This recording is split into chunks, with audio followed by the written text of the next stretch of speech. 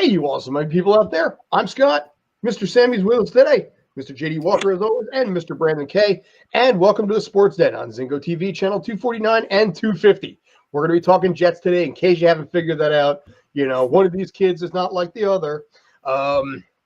Remember, as always, to download the Zingo TV app on the app stores of iOS and Android. When you download, make sure to rate and leave a comment. Both apps are free. And lastly, Zingo TV is also available on Google Chromecast, Amazon Fire TV sticks, Roku sticks, and all smart TVs 2016 and forward. Gentlemen, how you feeling? You feeling okay as a Jets fan right there? I'm feeling good today. Feeling pretty good after that yesterday. Yeah. Probably the cleanest game I've ever seen. I was there at the game, so it got to the point it was like, believe it or not, boring because it was too clean. It was too good to be true. Other than the man fiasco, it was like, it's too perfect, the game, At home, usually there's something happens. So very excited. I'm very excited what's going to happen for the next 6 weeks. You look at a lot of the numbers that came out of a game like this in this case. Obviously, Mike White, 315 yards, 3 touchdowns, no interceptions. So you look at those kind of numbers from your third-string quarterback. The question in this case here, and that was basically where we're going to go with it, all because of no Wilson. Yeah. Wilson, I'm sorry, Wilson, is we're going to have a little bit of a Tom Hanks castaway thing going on here. My question to you guys, and Sam, I'm going to start this off with you. Who do the Jets start next week? Oh, that's without a doubt. That's Zach Wilson. Okay. No. I'm joking. It has. I just want to see the reaction of everyone. No, it has to be White, and it has to continue to be White until either he gets hurt or he throws 5 INTs in a game. I mean, every time he started, and they're trying to make a comparison of his game versus Cincinnati, and I think it's. I know those were 2 successful games. But you got to keep in mind it was different situations because he had to throw a lot against Cincinnati because Jets had no defense. This year, he's going to have a defense where he won't have to rely on him throwing. I mean, Chicago is a bad team. They traded away their best defensive players. That they were working with 2 backup cornerbacks. So you saw all the spaces out there. So it was easy for him. That being said, what helps is he has a defense now. Like yesterday, they only gave up 10 points, and those 10 points were from the first 2 drives. We were there. I was with my 2 cousins. We were nervous, and we're like, oh, my gosh, what's going to happen here? They keep scoring. But they corrected it, and from that point forward, they didn't do anything. Yeah, they moved the ball. They ran, there was some running lanes and stuff, but when a stop had to be made, they did it. So absolutely, and you saw it on the field. They were supporting him, offense, defense. You saw it post-interview. I mean, he was being interviewed by somebody, and the 2 tight ends, the offensive linemen, they just jumped on him. When have you ever seen that in any of the wins with Mr. Wilson? Never. So you continue with the hot hand. JD? White did more in yesterday's game than Wilson has done in 7 games so far this year. White threw for 3 touchdowns yesterday. Flacco had 5 in 3 games, and Wilson had 4 in 7 games. Mm-hmm. His numbers were Tebow-esque, and grew some very unfavorable comparisons with Jamarcus Russell, Ryan Leaf, more infamous busts, and that is what we're working with here. What is more concerning to me, and also says a lot about Zach Wilson's character, is Sammy actually mentioned this earlier in one of our group chats, where it isn't even the fact that Wilson got benched. It's how his attitude has been. He was basically just sitting by himself, sulking the whole game yesterday while everybody was going nuts and supporting White, the quarterback coach, Flacco, the offensive lineman, everybody were into it. But Zach Wilson is off by himself, sulking Cam Newton style. So just that is fear of loss. You want to see some fire from that. Like you've just been benched. Here's humble pie. Take a bite. Is he going to come back? Is he going to come back from this? He needs to cut the attitude quick, or the Jets aren't going to give him another chance. They're going to ship him out for a fifth round pick or bag of footballs or whatever, just to get him out of here. If Wilson's attitude remains as bad as it has been, grow the heck up and support your teammates. This is exactly what I wanted. I was hoping that Mike White wouldn't become the Jets version of Justin Turner, where he shows flashes but never really got a good shot and didn't really get it together, and he had to go somewhere else to get a chance, and then he blossomed from there. I was worried the past few weeks that Mike White might do the same to the Jets, but I'm happy they gave him a shot, and it went as well as you could expect. Granted, this was all against a bad Chicago team, so going out to Minnesota next week in a much tougher team on the road, then that shows you if you really have anything here. But as far as I'm concerned, I don't want to see Wilson again for the rest of the season unless there's injuries. I think we've seen enough. Yeah, Brandon, it is Mike White. It's Mike White. No answer is acceptable unless there's some type of real injury where he can't be on the field. And even then, I honestly would throw Flacco in just because of at least the team wouldn't be against him. It wouldn't be a new rift in the locker room. You just kind of glued and solved the rift we just had by making this move. So I think to do that would really go, a step forward and 3 steps behind. Before the game started, I had messaging you guys, and I said I think the Jets would win 17-10. I got half the score right. I thought 10 was fair for the Bears with this defense, but this was a different game. I think this being, that being said, this was an offensively driven game. We have been very used to defensive driven games all season long.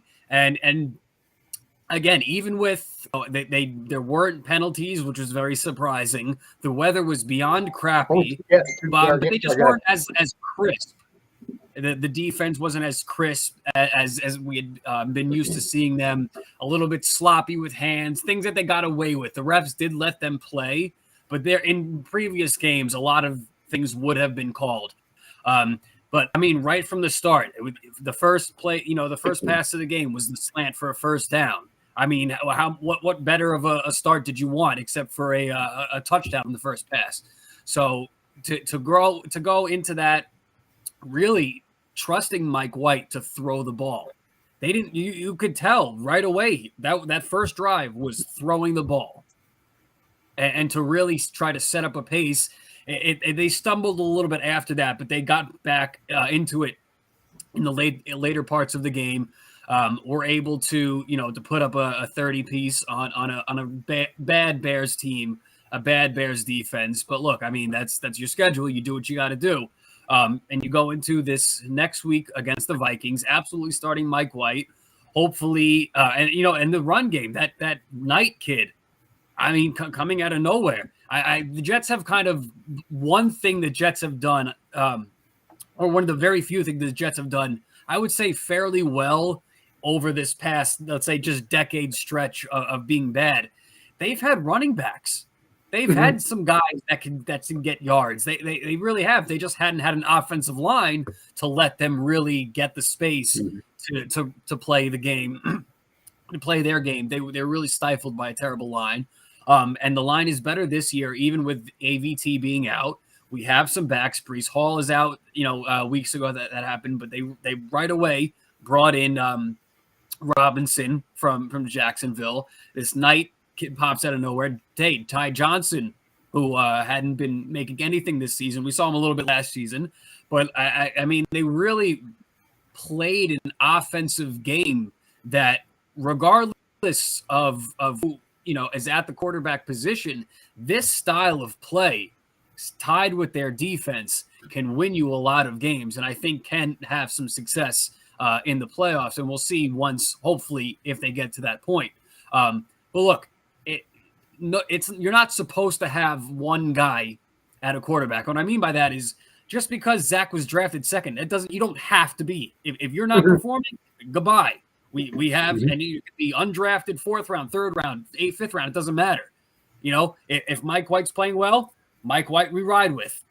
And I think the team really is with that as well. Even going back to last year in that game against Cincy, the guys that were there, you come back this year with these new guys, this new core of talent.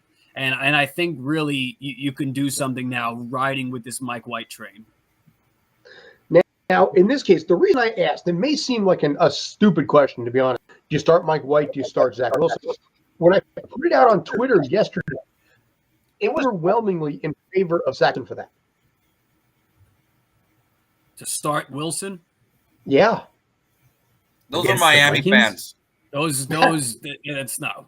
Those got to be trolls. Yeah, I was a little surprised by that. But yeah, it was like 85, 90% were in favor of Wilson. Maybe you're part of it as a part of it.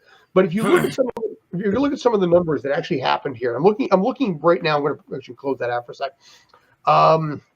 If you look at Zach Wilson's career numbers, you know what? Hang on a sec. Let me just fix that so it's not all about me. There we go. I have Zach Wilson's overall numbers of every single game he started. He has, we'll say, 2 games there that I think probably are the top 2. He had a game last year against Tennessee where he went 21 for 34, 297, 2 touchdowns, and an interception. I'm going purely on QB rating, by the way. And then also he has the game against Buffalo where he went 18 for 25 for 154 for a QB rating of 101 with 1 touchdown, no interceptions. Those were arguably his 2 best games in his entire run of, I guess how it works out, like 20, 21 games at this point. So it's interesting when you look at those kind of numbers and you see what those numbers have been for a year and a half versus what Mike White has done so far with this. Again, it's a Bears team. They have holes. They have weaknesses there. I'm not going to argue that case. But when you look at what not only the field part of it, but the locker room and the fans, Robert Saleh, I think, has to look at this from that perspective also and be like he went with the right call. He benched Zach Wilson. He went with Mike White, which is admittedly a little bit of a surprise, but I think the locker room was okay with it. But now, I mean, you talked about the fact that Zach Wilson was sulking on the bench by himself during all this. There is no Zach Wilson in that locker room right now. It is all Mike White. And I agree with you guys that White has the right to start again next week, at least play until he can't do it. And this is a Vikings team that is the second best record in, I think, the NFL right now. So this is going to be a much, much more difficult challenge. Better weather, granted, but actually, Won't they play indoors? Well, yeah, yeah. So on that part of it, I almost screwed that up because the Minnesota Twins play outdoors now. But the Vikings, play indoors, so the weather will not be like it was yesterday. So you have the opportunity to see what this kid is made of against a much better team that surprisingly is honestly can clinch the division next week if they beat the Jets, which blows my mind in like 12 games in out of 17 that you can actually clinch the division that fast. That shows how terrible that division is. Well, or at least how terrible everybody else in that division is. Bears and Lions, that's one, Lions and Bears, fine. But, oh my God, the Green Bay Packers. If there was any team that should have done that, it's the Bucs. The Bucs should have been able to run away with that NFC South. And the Falcons dumped Matt Ryan, and by God, they're half a game out. The NFC South this year is what we thought the NFC East was going to be. Mm-hmm. Yeah. And meanwhile, in the NFC East, your last place team is 7-5. That's scary. And I'm more than happy that the Jets again are underdogs because they play better that way anyway. 3-point underdog. Keep in mind, Minnesota, yes, they've had a great record, but they've also faced, the Detroits and the Chicagos of the world, and even Green Bay, who you saw they've done. And they have a bottom 5 pass defense. Mm-hmm. So keep that in mind when they come up to the game against Minnesota. They also have like a total point differential of what, like 10? Like they really win games by such a they got killed by the Cowboys by 30, lost by 37 to the Cowboys. So that one game does skew those numbers a little bit. But yeah, I haven't been that impressed with the Vikings this year. despite the good record. Anytime I've watched them, I said this team doesn't. The eye test doesn't show that they're as good as their record is, at least not to me. I thought that even from the first game of the season when the Eagles ran roughshod over them. Now we know that's because the Eagles are possibly the best team in the league. But the Vikings this is winnable. I mean, it's certainly an uphill battle for the Jets, but this is winnable. If they keep playing like this, they absolutely have a shot. And regarding Wilson, everybody talks about, you have the 4 or 5 year clock, a 3, 4 or 5 year clock with the rookie contracts. But the flip side of that is if it isn't working, you can get rid of him without much cap hit. That's from a financial standpoint. Right. I was only bringing that up because we're used to seeing teams make decisions based on only finances. Well, the prudent decision, if it comes down to it, depending how the rest of the year goes, he's easy to get rid of. Look, he's looking and acting like Josh Rosen did with the Cardinals a few years ago. And like the Cardinals, it could be time for the Jets to cut bait early, especially for the fact that he is on an island by himself with the locker room. But ride the hot hand with Mike White until he throws up an absolute stinker or he gets hurt, and at that point turn the Flacco. I always wonder if this actually. Here's the thing: I'm not done on Zach Wilson yet. I mean, Brandon, I think you said it or somebody said it that, or maybe it was Kyle in the comments, said that he acts like someone who's never been told the word no. Yes, that can be part of it. And that can be a big part of it. So this, as humbling as it is, could honestly be something that could be the biggest turnaround for him.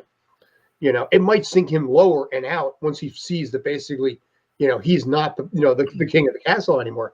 But at the same token, sometimes in cases like that, that humility will change your entire dynamic on how you run things.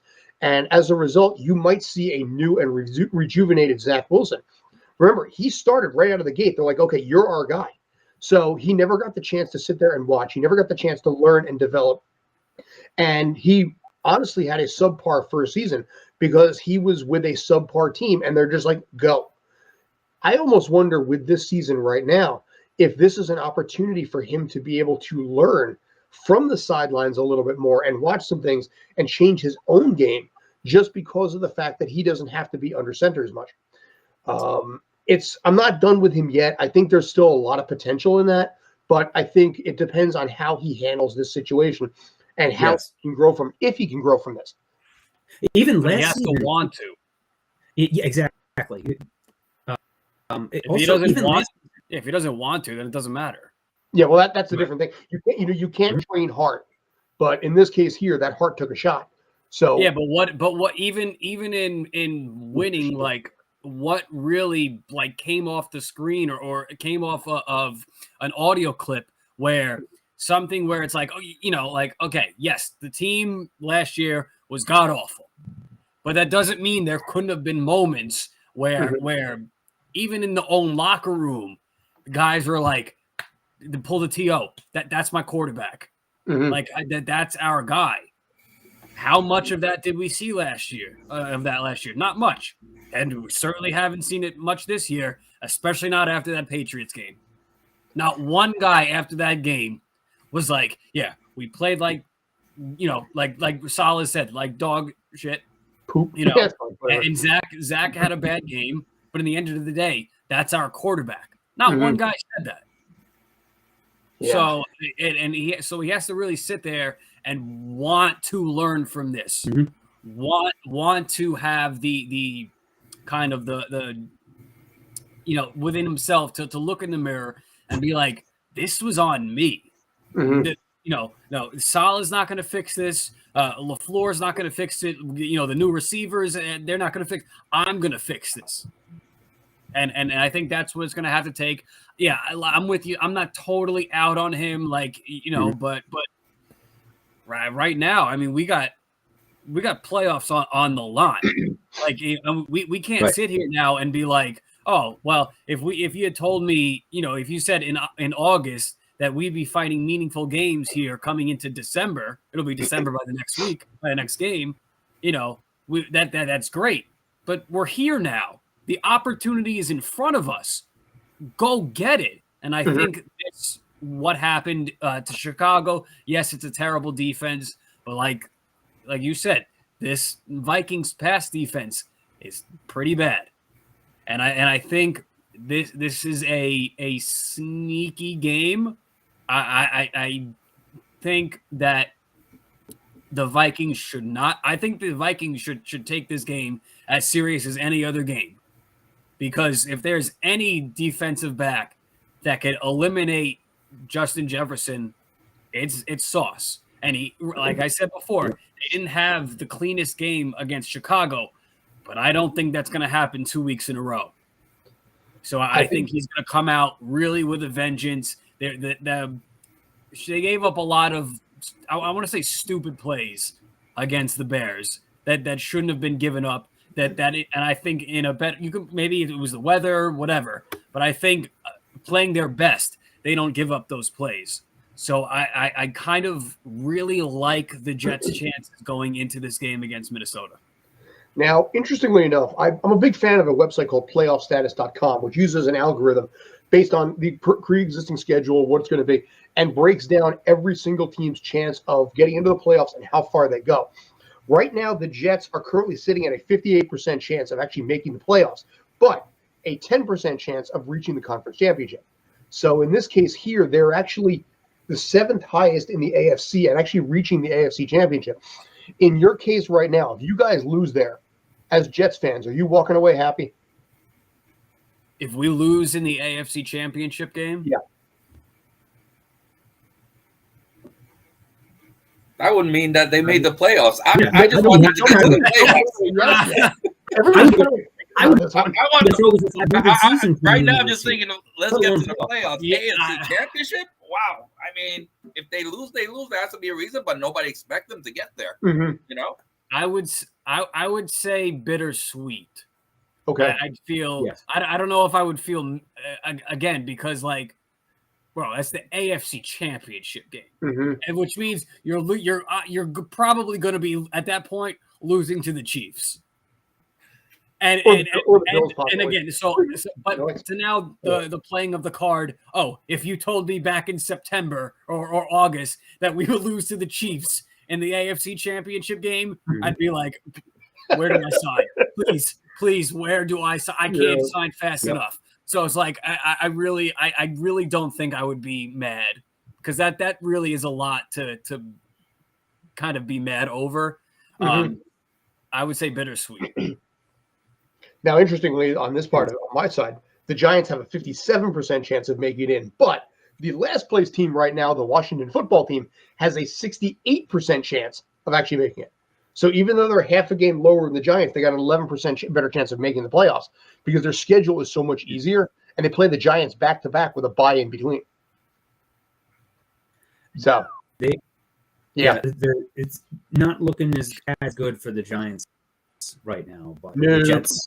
Yeah, but also we have fancy algorithm on that website, and there's also some guy on Reddit who literally flipped a coin for every game, and for the Jets, and was undefeated until the Bears game yesterday.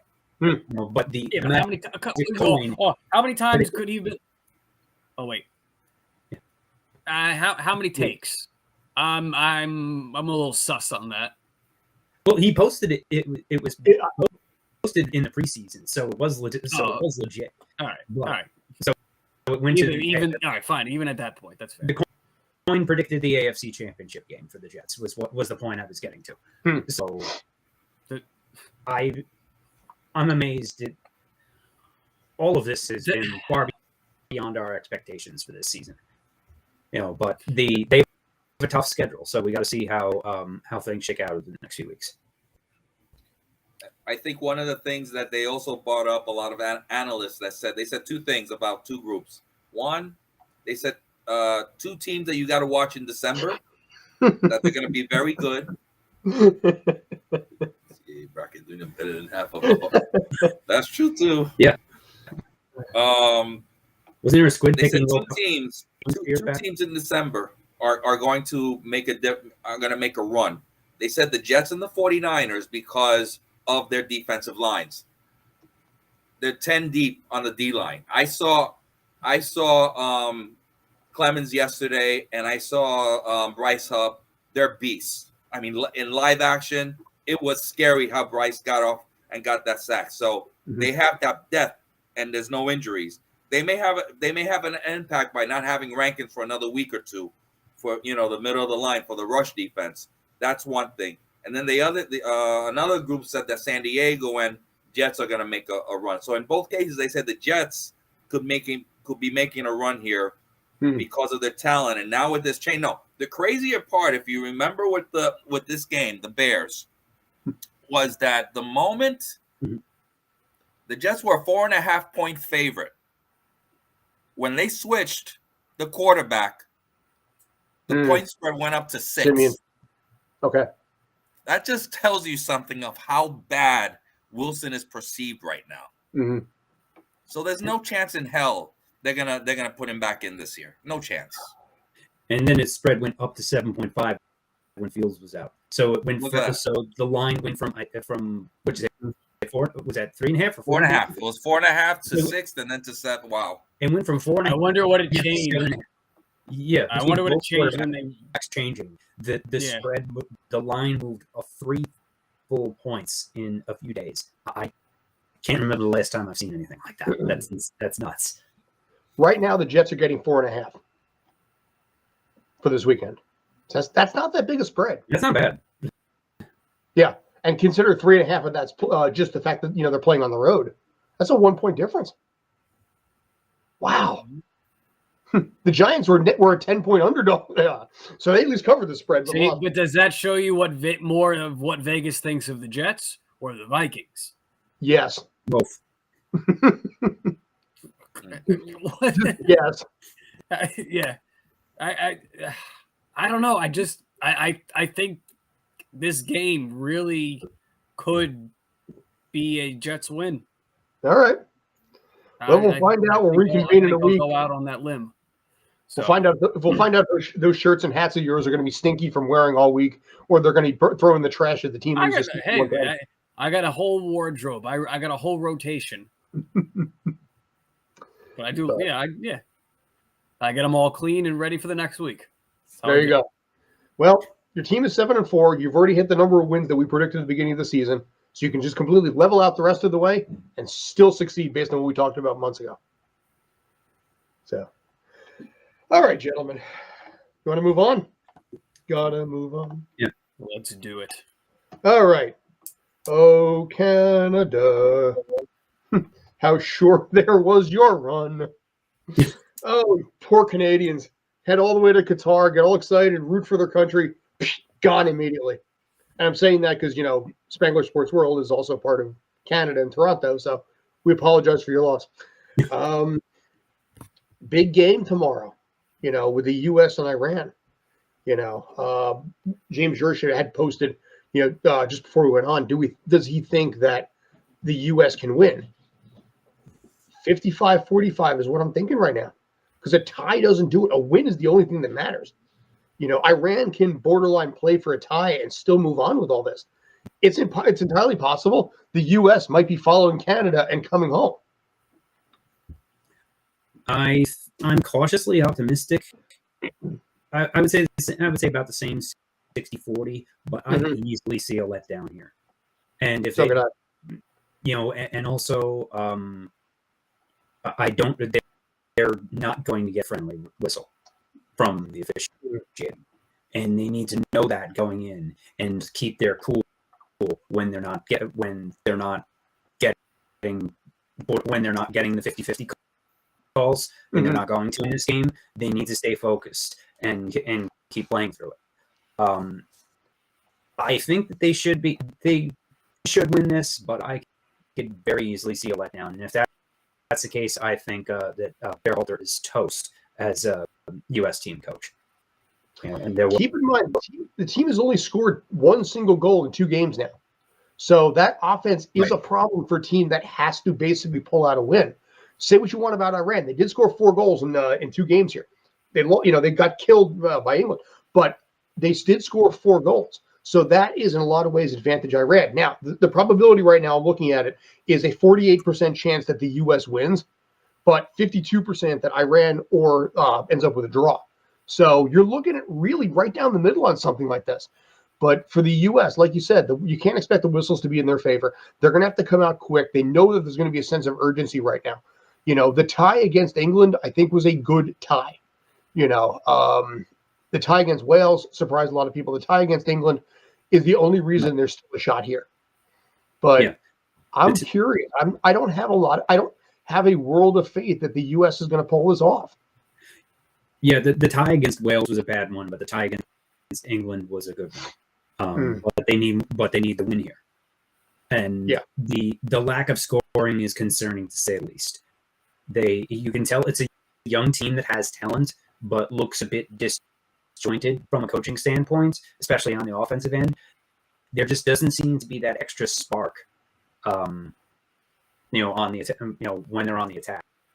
There just hasn't really been that pressure since the first half of that of the game against Wales. They really haven't had that at all. I mean, it's been their Achilles heel for how long? A decade. They don't have they don't have a legit striker. They haven't had it forever. And that's always going to be their Achilles heel when they go to World Cups or do these championships. There's nobody there. Yeah. I don't know. It's going to be interesting to see, but it wouldn't surprise me in the least if the U.S. ends up, being done after 3. And that's going to be a massive letdown considering how big this was made out to be. Being the soccer expert that I am, I've kind of just very casually kind of been in tune with I'm just beyond, not even surface level. I think that they lose. Quite frankly, I think they lose 2-1. I think they score first, go up. I think Iran ties it about midway through, and then I think the U.S. gives up a goal within the last 10 minutes or so. In panic mode because they got to try. They play offensively. Yep. They play 5 or even 6 up front, depending. That is that is my extra special expert opinion on this game. I can't disagree with this that. match. It's very possible. This match, yes. Pardon my expertism there. That's your expertism.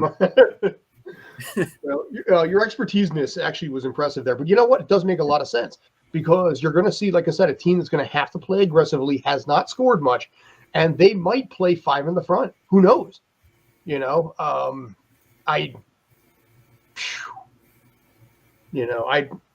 Nobody expected the U.S. to get this, to get to the finals, but at least get past the first round, into the playoffs, for God's sake. 16. Yeah. I'll call it the Sweet 16, but if they miss that, dear God, what a mess. And possible Burkhalter's out. The coaching just seems to be a slight disconnect. Even with with what has been built to this point, it has been very well, especially for a young team. After the last World Cup cycle, they needed to blow it up and start over with a youth movement, and they have. And this is setting up very well for the next World Cup in 2020. They're building for that, which will be in North America, with the tri-hosts with U.S., Canada, and Mexico. But for this time, round of 16 was the expectation, and they need to hit that, or there's going to be a change. But I could very easily see this going either way. I could see them going up two goals. I could see that. I also can very easily see the scenario Brandon just laid out, where they go up early and then run out of gas and fall behind. It could go either way. It's about as 50-50 as you can get going into this game, I think. It's funny. It draws comparisons to me a little bit. If you remember the movie Miracle with Kurt Russell about the 1980 Olympic hockey team, one of the things that he talked about was the fact that, you send your best out there every single game, but you're losing against teams like Czechoslovakia, Russia, Soviet Union back then, and teams that are designed to take their talent and work with it. I mean, in this case with the U.S. team, you had a bunch of guys that just dropped them in together and said, okay, go. But when you see the perennial strongest teams out there, the European teams, Brazil, you see these guys that have worked together and played together on so many levels for so long. They know each other's strengths and weaknesses so much better than the U.S. does in its own players. So they know their strengths, they know how to work those strengths and those weaknesses, and they built it into a system that works for the good of the team. Line from Kurt Russell. In the U.S., they're just like, okay, we got the best guy here, best guy here, best guy here, drop them and go. And as a result, there's a disconnect, and especially an offensive one, that teams like England and teams like Brazil, and a lot of these teams that are a stronger team, don't have that kind of an issue because they have a communal connectivity to them. Here, you got this. And occasionally it works. I'll even take you a step further and go more recent with the men's basketball in the Olympics, the Redeem team, the World Cup, the Olympics before in 2004, they lose. And they come back the next go round, and you watch the documentary on Netflix about this. It's fantastic. It's fantastic. You bring in Coach K, and his point was to. Yes, you want to throw your best players out there, but you have to do it in a way in which it's cohesive, in which you can throw the best guys out there while getting the best productivity from each 5 guys on the court at any given time, whoever's out there. And that's what happened. And they eventually go on to bring back the gold medal. So that's what it's about. And that you're exactly right, Scott. Yeah, God, I forgot about that 2004 Dream Team. It's funny because they rode the waves of the first few seasons on there, especially like 92, 96, and it was just assumed that they would do it, but forgetting the fact that the rest of the world increases and improved. And out of nowhere, like I said, 2004 was amazing. Right, because that was came in third. Yeah, and that was their point was by this time, I mean, it's even more so now, the European teams, for the national teams and the national league teams, they've all worked on just teamwork. It's not about having these guys really be the Michaels or the Kobe or the LeBron where it's so they're the focus and then it's the role players. No, everybody was kind of a role player in terms of you all got on the court, you had your job, you played within your means. And the team, had success as that style of play had success. And the point was the Europeans were catching up to the Americans, and now the Americans had to do that, but now with all of our best players, and at that time Kobe and Durant and LeBron and D Wade and Melo, and they were able to do it. And unfortunately, they're still not there from a national team perspective where whoever you're plucking the players from, they're still not at the level of the top 5 leagues in Europe. Yes, right. That doesn't help because yes, they showed a stat that like 9 players do play in Europe, but if you see the teams that they play in Europe, they're not really the top core of the Premier League. They're in the Premier League, but they're not on the teams. They're not on the Chelsea, except for Christian and even Tyler Adams. He's in Germany with I believe he's still there with the Red Bulls over there. Yeah. So Brandon I think that's Emerson Leeds United. Now he's Leeds United. Okay, but again, it's a tier, the bottom tier of the Premier League.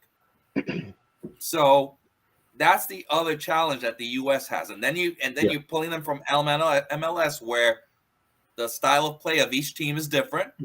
So now you got to build that in when they do the national team. So, it's admirable what they're getting in that direction, but they still are still behind the teams of the Brazils and France where their top tier players, are playing with the top European teams that are properly trained. They have a mentality. It's easier for them when they get back to the national team. Yeah, Josic can't even practice starting 11 for his club team. Yet he's shown as Captain America and the best on the U.S. team right now. I don't see it.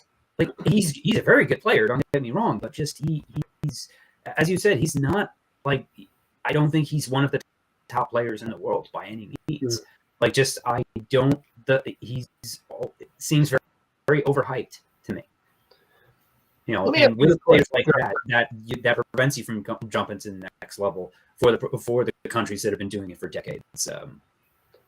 As you said, what's the thought process? I have my own theory on this, but you named Tyler Adams, a 23-year-old, as your team captain. The only reason I could see them possibly doing that is because they're going to make him team captain in 4 years from now, but they want to give him training as a captain now. It's the only reason why I would give it to a 23-year-old. Yeah, makes sense. From that standpoint, just like when the Devils made Nico Hischier captain. Whatever option did you have there? That was kind of a trash team when they gave it to him, which we're going to talk Devils in a minute anyway. But my wife joked when she saw it. I said that's the captain, and she said that kid looks like he's from high school. Yeah, I mean the kid's 23 years old. Yeah. So. Good Lord, makes you feel old. Yeah. Keep in mind today that we know for a fact the Patriots are not going to win another Super Bowl. So right now, it's gonna be a while. He retires, his Super Bowl is beating the Jets. That's going to be his obsession. He could go 2-17 or 2-16, but he's making damn sure that those 2 wins are going to be against the Jets. In 2 games in which he easily could have lost. 2. The Falcon, by the way, I just looked it up. Take it on the chin, which kind of feels. What does that even mean? I mean, I know what it means, but like, what does that mean being a Falcon? I don't know. That's dumb. Why would you pick a slogan, that's why they motivational slogan that involves getting punched? Yeah, right. That makes no sense. Idiotic. Actually, you know what? Let's see. New York Jets. Do the Jets have a slogan here? JET. Okay, Whoopee. I was expecting something different there. Patriots slogan 2022. Which is a great anthemic chant that gets the whole building rocking. Yeah, another anthemic chant for the Falcons is 28-3. Oh boy, against your Patriots. By the way, speaking of the Patriots, their slogan this year is patience. Really? Guns N' Roses, maybe? It? I don't know. Yeah. Supposed to try to solve lead. Oh, Matt Ryan. Oh, you poor bastard. I don't know. You know what? Maybe we should do a show where at some point we just look at like the dumbest team slogans and just make fun of them. I'd be down for that. I'm absolutely down for that. Yeah. Nice. So, all right. Great stuff. By the way, do you follow a hockey team of any sort? I will. I'm on the Rangers side. Okay. I watch Rangers. I've gone to games. When playoffs come around, then I'm really into it. Well, I think the Rangers will make the playoffs. Devils just cut the lead to 2-1, by the way. But the Rangers have been the better team for the last few years, and they had a much quicker turnaround. That was painful as a Devils fan to watch both teams suck, and then yours get back to the playoffs a lot faster. Including the COVID year where basically you had 32 teams and like 30 of them made the playoffs, and the Devils still missed from watching the outside. Yeah. Henrique's last game, wasn't that Henrique's last season? The COVID year? Oh, yeah. They traded him before that. Lundqvist. I'm sorry, Lundqvist, I should say. Henrik Lundqvist.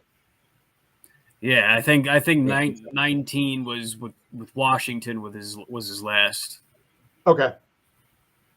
Yeah, because he had gone to Washington, but I think he retired before the season started because he pulled Marty games. Yeah. Oh God, that was just painful. Marty with St. Louis St. Louis Blues for like 9 games. But anyway, all right, gents. Anything else, or you think you're good? Yeah, I got one more thing. Did you guys see the unveiling in Washington of the Sean Taylor Memorial? I did not. Did you see heard, this? But what happened? Okay. Just, Scott, if you could pull this up. Working on it. So the star model organization that the Washington now Commanders are unveiled a statue for the late Sean Taylor, the great safety, Oh boy, who was killed during his playing career. And wait, don't even pull it up yet. I just want to set up this up for context. In Philly, there is a statue of Doug Peterson and Nick Foles just standing next to each other, and it's supposed to be them agreeing or calling and agreeing on what was the Philly special. Okay, and that was their nice bronze statue, very life-size figures. Okay, details. If you could pull this up, Scott. All right, working on it. All right, here we go. I can't. I don't know. I know who signed off on it. Obviously, I don't understand. Look at this. I don't understand whose idea this was. It looks like a mannequin. It's not. Yeah. It's not even a mannequin. It is like a wire. If you could see, like if you look at the arms, it is like a wire frame of a mannequin. But let's start. You can't even see the full thing. Okay, they're displaying in New Jersey. You know. That's right. Okay, but look at this. So the pants, if you could zoom in a little bit, are Reebok, which is what the brand that had the NFL jerseys when Sean Taylor was playing was Reebok. The jersey, the actual torso jersey, is the new Nike jersey. So they took a new Nike jersey from, and it's a Redskins jersey still, and it's a Redskins helmet. And if you could pull up the shoes, they put Adidas, like those classic black with the white stripe Adidas soccer cleats. And then they put it in this glass case as if it were like a jersey display at like the Nike headquarters or something. Well, I thought when you said of this, they were displaying a statue. I thought it was like a bronze statue. You know, right? This is a joke. As an intelligent man, you would think that. It's this. This is what the Wilpons would have pulled if they would have retired. I don't know, whoever. Rico Bronya. They would have put. That's what they would have put up. Oh God. I don't get who sits there and thinks this idea and like, this is tasteful.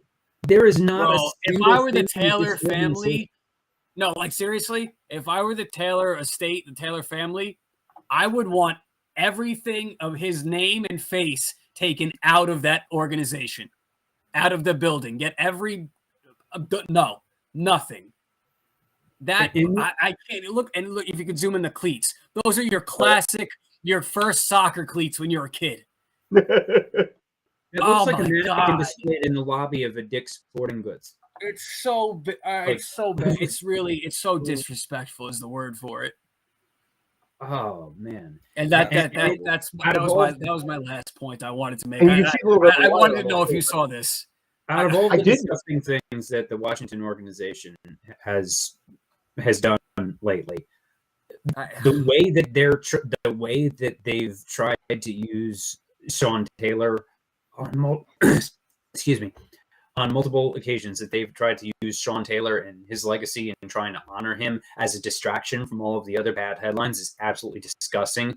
And I'm amazed that the Taylor family has gone along with it, especially after this, whatever the heck this abomination is. Yeah, but JD, I wouldn't be surprised that they probably didn't even know about this. So that's how Washington works. Probably. I wouldn't be surprised. Or they just said, we're going to give you a memorial, but they didn't give them any details or any type of, transparency with this. Mm-hmm. I would, if I were them, I would really have everything of his name and face taken out of that building. I think they have a permanent locker room memorial too for him, where Sean Taylor's old locker is sealed off, as a memorial. Maybe that's where they pulled the uniform. That clearly. Not even, because that was a Nike uniform. He wouldn't even have worn that. It still would have been a Reebok top. It's a Nike top with a Reebok bottom and Adidas soccer cleats. Wow. This is a pathetic way to say how do we not upset any of the league sponsors? You know, where you just have every major uniform partner represented here. What a And show! also to add to it, the fact that you have a team, and I kind of get it, but they don't really want to be associated with the team name Redskins anymore. So adding to that, there is a little bit of cause for concern, I think, in that regard too. Some people probably get their nose out of shape on that.